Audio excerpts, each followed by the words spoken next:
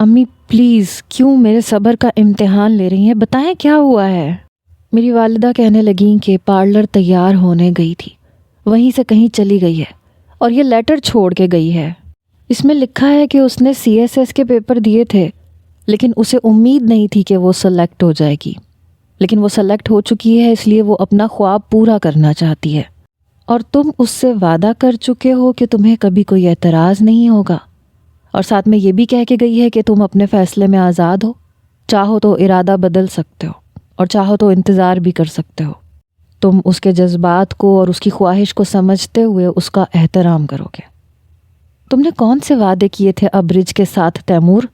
کیا تمہیں اپنی عزت کا اور ہماری عزت کا کوئی خیال نہیں تھا؟ میں نے کہا امی میں سوچ بھی نہیں سکتا تھا کہ وہ ایسا قدم اٹھائے گی۔ اس نے تو مجھ سے ذکر تک نہیں کیا کہ اس نے CSS کے پیپر دیے ہیں اور وہ سلیکٹ ہو سکتی ہے۔ میں کچھ بھی نہیں جانتا تھا۔ میری والدہ کہنے لگی تمہارے منہ پہ ذلت کا تماچا مار کے جا چکی ہے وہ، اور کہتی ہے کہ تم اس تماچے کا احترام کرو، اس کی خواہشات کا احترام کرو۔ ابرج کے والدین، اس کا بھائی، سب پریشان تھے کہ اتنی بڑی بارات کو اور اتنی بڑی برادری کو کیا جواب دیں۔ کون مانے گا اس بات کو کہ وہ ٹریننگ کے لیے گئی ہے؟ سب اس کے کردار پہ انگلیاں اٹھائیں گے، اور میں تو اپنے سرکل میں کسی کو منہ دکھانے کے قابل نہیں رہا تھا۔ اس کے والدین مجھے برا بھلا کہنے لگے کہ تم سب کچھ جانتے تھے تو بتایا کیوں نہیں؟ وہ ایک جھوٹ بول کے جا چکی تھی کہ میں سب جانتا تھا، مجھے سب کچھ پتا تھا، اور مجھے اس کے اس قدم پہ کوئی اعتراض نہیں تھا، اور مجھے کوئی فرق نہیں پڑتا تھا کہ وہ ٹریننگ پہ گئی ہے۔ لیکن یہ کیسے ہو سکتا ہے کہ ایک لڑکی بارات والے دن بھاگ جائے اور میں ایسی لڑکی پہ بھروسہ اور اعتبار کروں؟ میں نے اپنے سر سے کلہ اتار کے پھینک دیا۔ اتنا بڑا جھوٹ، اتنا بڑا دھوکہ۔ ابرج کے والد کہنے لگے تیمور تم نے ہمیں بتایا کیوں نہیں کہ وہ CSS کے لیے اپلائی کرنا چاہتی ہے؟ تم اس سے روز ملتے تھے، فون پہ بات کرتے تھے، اتنی بڑی بات تم نے چھپائی تو چھپائی کیوں؟ اس کے والد نے میرا گریبان پکڑ لیا، نہایت غصے میں تھے۔ میں نے ایک جھٹکے سے اپنا گریبان چھڑوایا۔ میں کچھ نہیں جانتا تھا، آپ کی بیٹی جھوٹ بول رہی ہے اور جھوٹ بول کے گئی ہے، میں چلا کے بولا تھا۔ وہ کہنے لگے آہستہ آواز میں بات کرو۔ میں نے کہا کیوں آہستہ آواز میں بات کروں؟ اس لڑکی نے مجھے بدنام کر کے رکھ دیا، مجھے بھری برادری میں ذلیل کر دیا۔ اس کے نزدیک صرف اپنی خواہشات اہمیت رکھتی تھیں، اس نے تو اپنے والدین تک سے سچ نہیں بولا۔ سب لوگ ہمیں دیکھنے لگے، میرے والدین بھی پریشان تھے۔ میرا بس نہیں چل رہا تھا کہ وہ میرے سامنے آئے اور میں اس کا گلا دبا دوں۔ میں اسٹیج سے نیچے اترا، اپنی والدہ کا، والد کا ہاتھ پکڑا اور باہر نکل گیا۔ میرے کئی دوست باہر آئے، پوچھنے لگے کہ کیا ہوا، کہاں گئی تمہاری ہونے والی بیوی؟ لیکن میں نے کوئی جواب نہیں دیا۔ اپنے والدین کو گاڑی میں بٹھایا اور گاڑی میں بیٹھ کر بڑی رف ڈرائیو کرتے ہوئے گھر پہنچا۔ میرے والد کہنے لگے یہ اس لڑکی نے کیا حرکت کی ہے، نہ ہماری عزت کے بارے میں سوچا، نہ اپنی عزت کے بارے میں سوچا، نہ اپنے والدین کے بارے میں سوچا۔ میری والدہ کہنے لگی مجھے تو کوئی اور ہی چکر لگ رہا ہے، ہوگا کوئی اور بھی اس لڑکی کی طرف، صرف اس وجہ سے شادی چھوڑ کے نہیں جا سکتی وہ کہ اسے آگے بڑھنا تھا یا اسے ٹریننگ کے لیے جانا تھا۔ میں نے کہا امی مجھے نہ تو ابرج کا نام سننا ہے اور نہ اس کے متعلق یہاں کوئی بات کرے گا، مجھے نفرت ہے اس لڑکی سے۔ میں چلایا تھا۔ میرے والدین چپ ہو گئے۔ گھر میں آتے ہی میں جب اپنے کمرے میں گیا جو پھولوں سے سجا ہوا تھا، اپنے ہاتھوں سے میں نے ان پھولوں کو نوچ نوچ کے پھینکا تھا۔ چادر پہ بنے ہوئے ہارٹ کو اپنے ہاتھوں سے تہس نہس کیا تھا۔ ایک مرد ہوتے ہوئے میں رو رہا تھا۔ کتنا بڑا دھوکہ دے کے گئی تھی وہ مجھے، اور کیوں الزام لگا کے گئی تھی کہ مجھے سب پتا تھا؟ اس نے تو مجھ سے ذکر تک نہیں کیا تھا۔ یقیناً اسے کوئی بہتر آپشن مل گیا ہوگا، اسی لیے چلی گئی اور جھوٹ بول گئی کہ ٹریننگ پہ گئی ہے۔ میں گھٹنوں کے بل اپنے کمرے میں بیٹھ کے پھوٹ پھوٹ کے رو رہا تھا۔ اس لڑکی نے میرے جذبات کے ساتھ بہت بڑا کھلواڑ کیا تھا۔ میرا جی چاہا میں اپنے آپ کو بھی آگ لگا کے ختم کر لوں اور اس کمرے کو بھی آگ لگا دوں جس کی ہر چیز میں تہس نہس کر چکا تھا۔ کس نے حق دیا تھا اسے کہ وہ میری زندگی کے ساتھ یوں کھیلے؟ میں اپنے کمرے سے باہر آ گیا کیونکہ میں وہاں نہیں سو سکتا تھا۔ سو تو شاید میں کہیں بھی نہیں سکتا تھا۔ اپنے کپڑے تبدیل کیے، ڈرائنگ روم میں لیٹ گیا، لیکن میرا سر درد سے پھٹ رہا تھا۔ کیا کر کے گئی تھی وہ، اور کیوں کر کے گئی تھی؟ اسے کس نے حق دیا کہ وہ میری زندگی کے ساتھ یوں کھیلے؟ صبح تک میرا سر درد کی شدت اختیار کر گیا۔ جب والدہ ڈرائنگ روم میں آئیں، مجھے صوفے پہ لیٹا ہوا دیکھا تو کہنے لگی، تیمور تم یہاں کیوں لیٹے ہوئے ہو؟ اپنے کمرے میں کیوں نہیں سوئے؟ لیکن میں نے کوئی جواب نہیں دیا۔ میں نے کہا میرا سر پھٹ رہا ہے، میرے سر کو پتہ نہیں کیا ہو رہا ہے۔ میری والدہ فٹافٹ سے میرے پاس آئیں، میرے ماتھے پہ اپنے ہاتھ کی پشت رکھی تو کہنے لگیں، تمہیں تو بہت تیز بخار ہے۔ میرا بخار ایسا چڑھا کہ 8 دن تک بخار نہیں اترا۔ میں نے اس لڑکی سے بے حد محبت کی تھی، دل سے اسے چاہا تھا، اور اس نے میرے ساتھ کیا کیا؟ میری والدہ میرے بخار کی وجہ سے بے حد پریشان تھی۔ 8 دن میں اپنے آپ کو بے حد کمزور محسوس کر رہا تھا۔ بار بار ابرج کی باتیں یاد آتی، اس کا ہنسنا، کھلکھلانا، میرے کندھے پہ سر رکھنا۔ کیا کچھ نہیں کیا تھا اس نے مجھ سے۔ اس نے ایسی باتیں بھی کی تھیں جو لڑکیاں کہنے سے شرماتی ہیں۔ بس یہ نہیں بتایا تھا کہ اس نے یہ سب کچھ کیوں کیا۔ اسے پیسہ چاہیے تھا تو مجھے بتا دیتی، مجھ سے شروع میں ہی پوچھ لیتی، میرے ساتھ یہ سب کچھ تو نہ کرتی۔ پتہ نہیں ہمارے معاشرے میں مرد ہی کیوں بدنام ہے کہ وہ بے وفا ہوتا ہے یا پیسے کے پیچھے بھاگتا ہے۔ جہاں 4 نوٹ نظر آتے ہیں، پچھلی محبت کو فراموش کر کے انہیں نئی محبت ہو جاتی ہے، اور عورت کو وفا کی دیوی سمجھا جاتا ہے۔ میرے والد میری وجہ سے بے حد پریشان تھے۔ میرے آفس سے بار بار فون آ رہے تھے۔ میری طبیعت جیسے ہی کچھ سنبھلی میں اپنے آفس چلا گیا۔ میرے سب کولیگز میرا اترا ہوا چہرہ اور آنکھوں کے گرد سیاہ ہلکے دیکھ کے کہنے لگے، لگتا ہے تم نے یہ بات دل سے لگا لی ہے۔ دوسرا کہنے لگا، لگتا ہے تمہیں اپنی منگیتر سے سچی محبت تھی۔ ایک اور کہنے لگا، آج کل کی لڑکیاں پیسے سے محبت کرتی ہیں، مل گیا ہوگا کوئی اور 4 پیسے لٹانے والا۔ ان سب کی باتیں میرے دماغ پہ کسی نشتر کی طرح سے چل رہی تھیں۔ میں نے کہا، آپ لوگ کیا اپنے کام سے کام نہیں رکھ سکتے؟ مجھے لگ رہا تھا جیسے وہ لوگ میری بے بسی کا مذاق اڑا رہے ہیں۔ سب کے سب اندر ہی اندر مجھ پہ ہنس رہے ہیں، میرا تماشا دیکھ رہے ہیں۔ میں ڈپریشن کا مریض ہونے لگا تھا۔ اینٹی ڈپریسنٹ کھانے لگا، چپ چپ سا رہنے لگا۔ امی کہنے لگی، میں نے ایک نئی رشتے والی سے بات کی ہے۔ میں نے کہا، امی پلیز ابھی یہ سب رہنے دیں، میں بہت اپسیٹ ہوں، مجھے کسی سے شادی نہیں کرنی۔ میرے والد کہنے لگے، کس بات کا روگ لگا کے بیٹھے ہوئے ہو؟ اس لڑکی کو تو پرواہ تک نہیں ہے۔ مجھے تو لگ رہا ہے پیسوں کی خاطر اس نے یہ قدم اٹھایا ہے۔ آج کل کی لڑکیوں کو مہنگے مہنگے تحفے تحائف چاہیے ہوتے ہیں، پیسہ چاہیے ہوتا ہے۔ جہاں دیکھتی ہیں اچھا پیسہ مل رہا ہے، بارات والے دن بھی بھاگنے سے گریز نہیں کرتی۔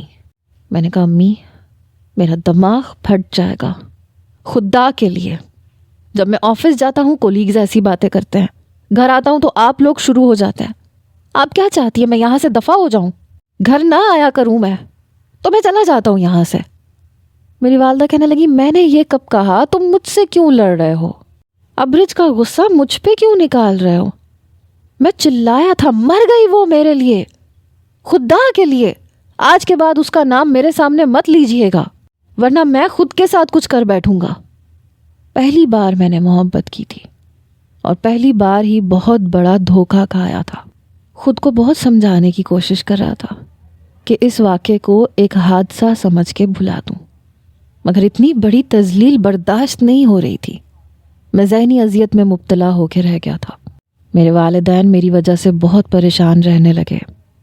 میری والدہ ایک بار بیٹھ کے رونے لگی، کہنے لگی، کیا ہو گیا ہے تمہیں؟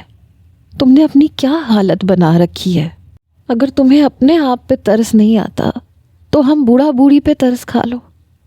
میں اپنی والدہ کے سامنے بے بس ہوا تھا۔ میں نے کہا، امی آپ جہاں چاہیں میری شادی کروا دیں، مجھے کوئی اعتراض نہیں ہے، لیکن وہ لڑکی خوبصورت نہ ہو، زیادہ باتیں کرنے والی نہ ہو، شوخ مزاج نہ ہو۔ میں نے وہ ساری خوبیاں گنوائیں جو ابرج میں تھیں۔ اپنی آنکھوں میں آنے والی نمی کو میں روک نہیں پا رہا تھا۔ بہرحال کچھ دن کے بعد کچھ لوگ مجھے دیکھنے آئے۔ میں نے بہت مختصر سا جواب دیا تھا۔ وہ لوگ باتیں کرنے لگے کہ ایسا بھی کیا ہوا کہ لڑکی بارات والے دن بھاگ گئی اور آپ کے بیٹے کا رشتہ ٹوٹ گیا۔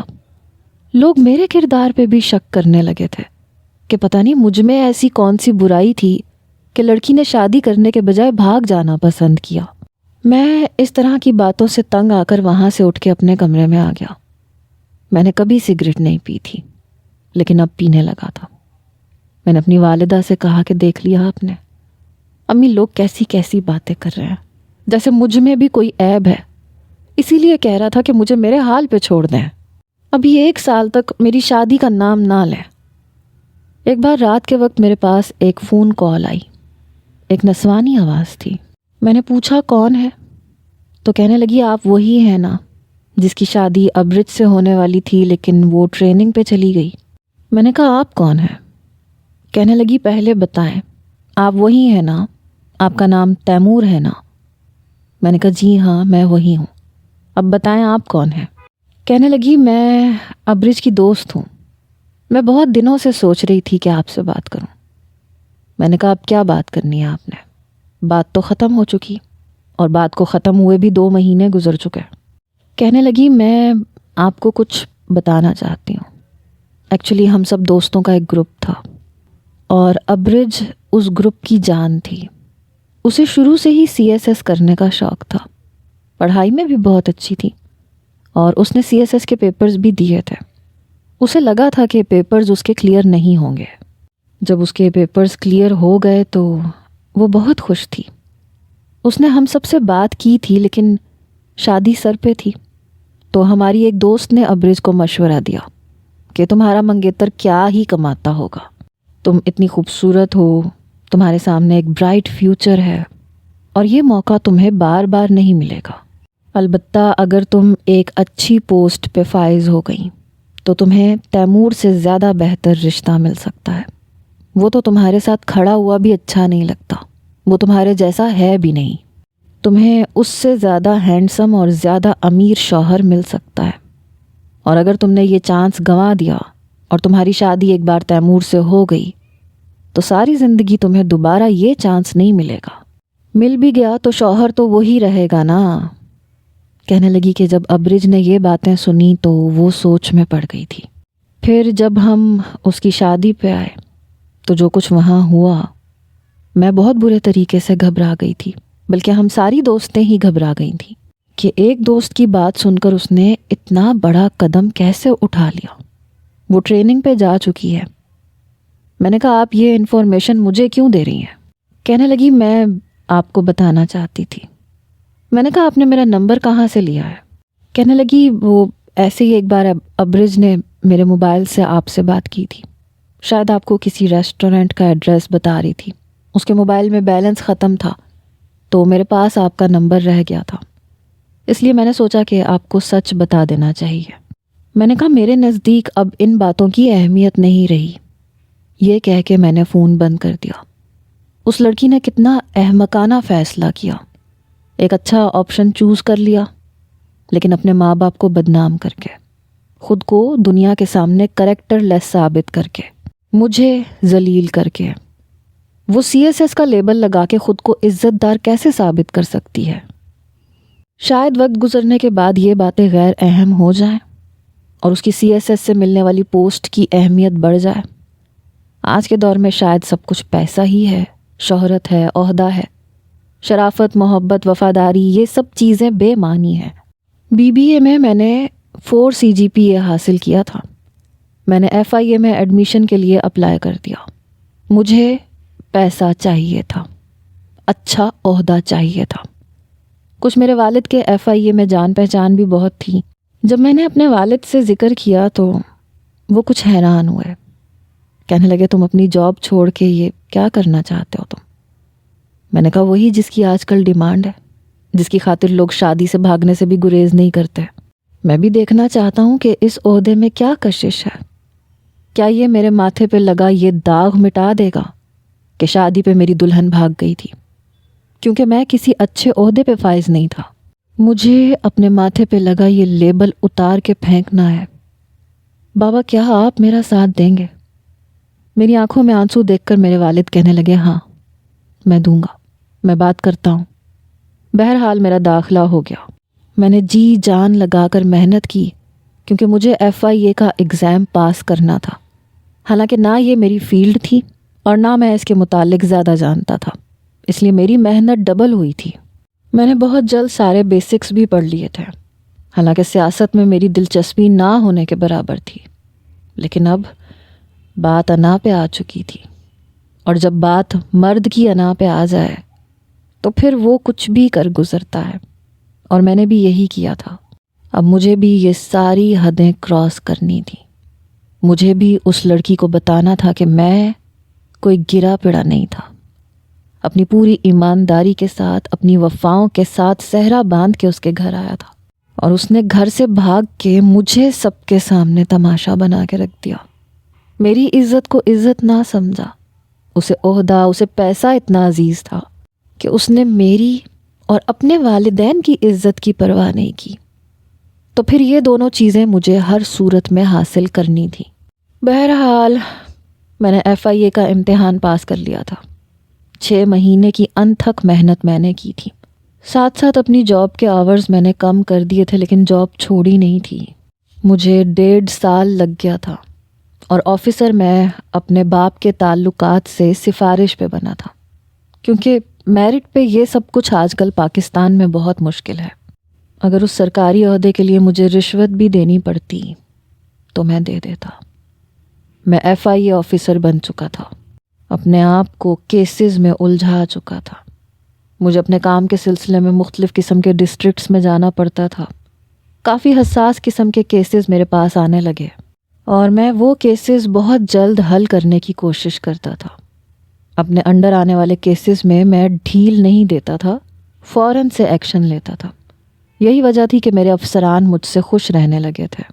زیادہ تر انویسٹیگیشن کا کام میں اپنی نگرانی میں کرتا تھا، اور میرے ماتحت کام کرنے والوں کو میں اتنا موقع نہیں دیتا تھا کہ وہ کوئی بھی غلط کام میں ملوث ہوں جس سے میرا نام خراب ہو۔ آپ یہ بھی کہہ سکتے ہیں کہ میں نے اپنے عہدے کے ساتھ کبھی بے وفائی نہیں کی۔ 2 سال کا عرصہ گزر چکا تھا، اور میں جونیئر DSI کے عہدے پہ فائز ہو چکا تھا۔ مجھے مختلف قسم کی سیاسی پارٹیوں میں جانا پڑتا تھا۔ ایک بار میں ایک پارٹی میں ہی گیا جب میری نظر ابرج پہ پڑی۔ 4 سال بعد میں نے اسے دیکھا، اور اس کی کھلکھلاتی ہنسی نے ہی مجھے متاثر کیا۔ وہ کسی سیاسی پارٹی سے ہی باتوں میں مصروف تھی، ہاتھ میں سافٹ ڈرنک کا گلاس پکڑا ہوا تھا، آنکھوں پہ نظر کا چشمہ تھا۔ 4 سال میں بس اس کے چہرے پہ یہی ایک تبدیلی آئی تھی، لیکن میری مکمل شخصیت بدل کے رہ چکی تھی۔ میں ویسا نہیں رہا تھا جیسا ہوا کرتا تھا، بلکہ میری شخصیت میں بہت زیادہ نکھار آ چکا تھا۔ ویٹر جب مجھے سافٹ ڈرنک پیش کرنے لگا تو میں نے ابرج کی طرف اشارہ کیا۔ میں نے کہا یہ کون ہے؟ وہ کہنے لگا یہ ASI آفیسر ابرج امتیاز۔ پھر میرے کان کے قریب ہو کے کہنے لگا، آج کل ایک سیاستدان کے بیٹے سے ان کا افیئر چل رہا ہے، عین ممکن ہے منگنی یا شادی کا اعلان بھی ہو جائے۔ اس نے بڑے رازدارانہ انداز میں یہ بات کی۔ اس وقت بھی وہ ایک سیاستدان کے بیٹے کے ساتھ ہی باتوں میں مصروف تھی۔ ویسا ہی دل لبھانے والا انداز، ویسے ہی ہنس ہنس کے ہر بات کو کرنا، کچھ بھی تو نہیں بدلا تھا اس میں۔ میں نے نہ تو اس کے قریب جانے کی کوشش کی، نہ ہی مجھے اس سے اپنا تعارف کروانے کی ضرورت پیش آئی۔ البتہ گھر آ کے میں نے اسی سیاستدان کے بیٹے کے بارے میں سرچ کرنا شروع کیا۔ اس لڑکے پہ کرپشن کے کافی کیسز تھے جن کو دبایا جا رہا تھا۔ اگلے روز میں آفس میں گیا تو میں نے اپنے ماتحت کام کرنے والے آفیسر سے کہا کہ مجھے ASI ابرج کے بارے میں مکمل معلومات چاہیے۔ کب اس نے جوائن کیا ہے، کیا کیا کرتی ہے، مکمل معلومات۔ کہنے لگا اوکے سر، میں بس آپ کو چند دنوں میں معلومات دے دوں گا۔ ایک مات اس نے مجھے دی تھی، اور بہت بری دی تھی۔ اب میری باری تھی۔ میں کیوں اسے یوں ہی جانے دیتا؟ اس کی خاطر میں نے اپنا کریئر بدل کے رکھ دیا تھا۔ اسی وقت کا تو مجھے انتظار تھا، کیونکہ جس سیاستدان کے بیٹے کے ساتھ آج کل وہ گھوم پھر رہی تھی، مراسم بڑھا رہی تھی، وہ ایک کرپٹ انسان تھا، اور اسی کی کرپشن کو چھپانے کے لیے بہت سے عہدیداروں کے ہاتھ بھی تھے۔ مجھے بس یہ دیکھنا تھا کہ ان ہاتھوں میں ابرج کا ہاتھ بھی شامل ہے یا نہیں، کیونکہ اتنے سالوں میں اس کی ترقی نہیں ہوئی تھی، کیونکہ ٹریننگ میں وہ فیل ہو چکی تھی اور ٹریننگ اس نے دوبارہ کی تھی۔ اس میں اس کا کافی وقت ضائع ہو گیا تھا اور ابھی تک اس نے کوئی بہت زیادہ ایفیشنسی نہیں دکھائی تھی۔ شاید اسی لیے وہ ایک نامی گرامی سیاستدان کے بیٹے کے ساتھ تعلقات بڑھا رہی تھی۔ میں چاہتا تھا کہ بس ایک بار اس کا کوئی ویک پوائنٹ میرے ہاتھ لگ جائے، پھر میں اسے بتاؤں گا کہ تیمور رضا کس شے کا نام ہے۔ اس کی زندگی اجیرن نہ بنا دوں تو میرا نام بھی تیمور نہیں۔ یہ شکر تھا کہ وہ مجھ سے نچلے عہدے پہ فائز تھی۔ میں جب چاہتا جو چاہتا اس کے ساتھ کر سکتا تھا، اور مجھے کرنا بھی تھا۔ بڑا تڑپایا تھا اس نے، اس کی بے وفائی نے بہت رلایا تھا۔ اپنے ایک ایک آنسو کا حساب تو لینا تھا۔ میں کیوں اسے بخش دیتا؟ اسے دیکھ کر میرا ہر زخم پھر سے ہرا ہو گیا تھا۔ اپنا سجا سجایا کمرہ آنکھوں کے سامنے لہرانے لگا تھا، جسے میں نے اپنی مرضی سے پورے 4 گھنٹے لگا کے سجوایا تھا کہ میری محبت نے پہلی بار میرا کمرہ دیکھنا ہے، اس کے استقبال میں کوئی کمی نہ رہ جائے۔ اور اس نے کیا کیا؟ میرے منہ پہ ذلت کا تماچا مار کے چلی گئی، جھوٹ بول کے مجھ پہ الزام لگا کے چلی گئی۔ پھر میں اسے کیسے معاف کر دیتا؟ 4 دن گزر گئے تھے۔ 4 دن کے بعد اس کی فائل میرے سامنے موجود تھی۔ میں نے کہا تم جا سکتے ہو، اور پلیز میرے آفس میں اگلے 3-4 گھنٹے تک کسی کو مت بھیجنا، چاہے کتنا ہی کوئی ضروری کام کیوں نہ ہو، مجھے کوئی بھی ڈسٹرب نہ کرے۔ میں نے اپنے سامنے کھڑے اپنے ماتحت کام کرنے والے نوجوان سے کہا۔ وہ کہنے لگا اوکے سر۔ وہ کمرے سے جا چکا تھا، دروازہ بند کر چکا تھا۔ میرے چہرے پہ مسکراہٹ پھیل گئی۔ مس ابرج امتیاز، آج کے بعد تمہارے ہر راستے کا اختتام میرے آفس میں ہوگا۔ آج سے تمہاری الٹی گنتی گننے کا وقت آ چکا۔ بہرحال 4 گھنٹے میں اس کی فائل پڑھتا رہا۔ بڑے کیس اس نے دبائے ہوئے تھے، کافی کیسز کو پینڈنگ میں ڈال رکھا تھا، اور وہ پچھلے 2 سال سے پینڈنگ میں پڑے ہوئے تھے۔ اس پہ کوئی بھی ورک نہیں کیا گیا تھا، بس ٹال مٹول کیا جا رہا تھا۔ اس کی تنخواہ 1 لاکھ کے لگ بھگ تھی، لیکن اس کے اکاؤنٹ میں 3 کروڑ کی رقم موجود تھی، اور یہ پہلا ایسا پوائنٹ تھا جس پر میں اسے انویسٹیگیٹ کر سکتا تھا۔ کئی ایسے کیسز بھی تھے جہاں اصل مالکان نے اپنی جگہ بیچی تک نہیں تھی، اور ناجائز طریقے سے اس پہ بڑے بڑے انویسٹرز نے عمارتیں تعمیر کی ہوئی تھیں، اور ان مالکان کے کیسز اور فائلز کو پینڈنگ میں رکھا گیا تھا۔ یقیناً پیسہ کھایا ہوگا۔ شاپنگ کرنے کا بھی تو شوق ہے نا، مہنگے مہنگے کپڑے خریدنے کا، پہننے کا، آئی فون رکھنے کا، جو ایک عام جاب کرنے والا نوجوان تو برداشت نہیں کر سکتا۔ میں نے بینک میں فون کیا اور کہا کہ مجھے ابرج کے بینک اکاؤنٹس کی ڈیٹیلز چاہیے۔ جب اس لڑکی کی تنخواہ صرف 1 لاکھ ہے تو 3 کروڑ کی رقم اس کے اکاؤنٹ میں کہاں سے آئی، کیسے آئی، پیسے کس نے بھیجے، یہ سب کچھ مجھے ڈیٹیل میں چاہیے۔ بینک مینیجر کہنے لگا سر میں آپ کو ان کی ڈیٹیلز کچھ ہی دیر میں بھیج دوں گا۔ مجھے ابرج کے خلاف ایک مضبوط کیس بنانا تھا۔ کچھ ہی دیر میں میرے پاس اس کے بینک کی ڈیٹیلز آ چکی تھیں۔ 1 مہینہ پہلے اتنی بڑی رقم اس کے اکاؤنٹ میں ڈلوائی گئی تھی، اور اسی سیاست دان کے بیٹے شہروز نے ڈلوائی تھی۔ یہ میرے پاس ایک پلس پوائنٹ تھا، کیونکہ 1 مہینے پہلے ہی ایک ایسی زمین پہ شہروز ایک عمارت کی تعمیر کروا رہا تھا جس میں وہ جگہ جن مالکان کی تھی انہوں نے بیچنے سے انکار کر دیا تھا، اور ان کا کیس پینڈنگ میں ڈالا ہوا تھا۔ یقیناً اتنی بڑی رقم اس نے اسی کام کے لیے لی ہوگی۔ یہ سب کچھ تو انویسٹیگیشن میں پتہ چل جاتا۔ اس نے اتنی بڑی رقم ایک سیاست دان کے بیٹے سے کیوں لی؟ کیونکہ اس کی کوئی بھی ڈیٹیل اس نے کسی کو بھی نہیں دی، اور پھر اس کے نام پہ کافی پراپرٹیز بھی تھیں، اور وہ پراپرٹیز اس نے کن پیسوں سے خریدی تھیں اس کا کوئی ریکارڈ نہیں تھا۔ جو گاڑی وہ استعمال کر رہی تھی وہ بھی اسے گورنمنٹ کی طرف سے نہیں ملی تھی، بلکہ وہ اس کی اپنی ملکیت کی تھی، اور 70 سے 80 لاکھ کی تھی۔ میں ابھی انہی چیزوں کے باریکی سے دیکھ رہا تھا جب پتہ چلا کہ اسی سیاست دان کے بیٹے شہروز کے ساتھ 1 مہینے بعد اس کی شادی بھی طے ہو چکی ہے۔ میرے لیے اس سے بہترین موقع اور کوئی نہیں تھا۔ میں سوچ چکا تھا کہ اس لڑکی کو کہیں کا نہیں چھوڑوں گا۔